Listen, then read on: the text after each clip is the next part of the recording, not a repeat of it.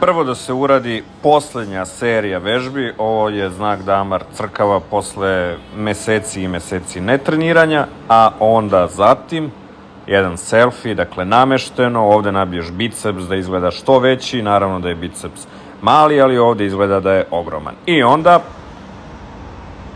dakle, živim za trenutak da nakon džima, odnosno kad završim trening, da izađem i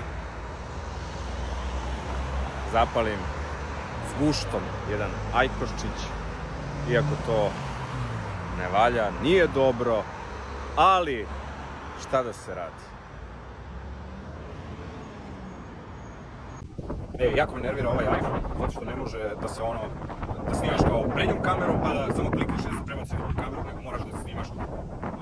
Uglavnom, poenta priče je isto i ove, da živim u prelepom kraju, u Zagrebu, i mnogo mi se sviđa zato što je prepun zelenila, prepun drvoreda, drveća, parkova, i evo, to sam htio da vam pokažem.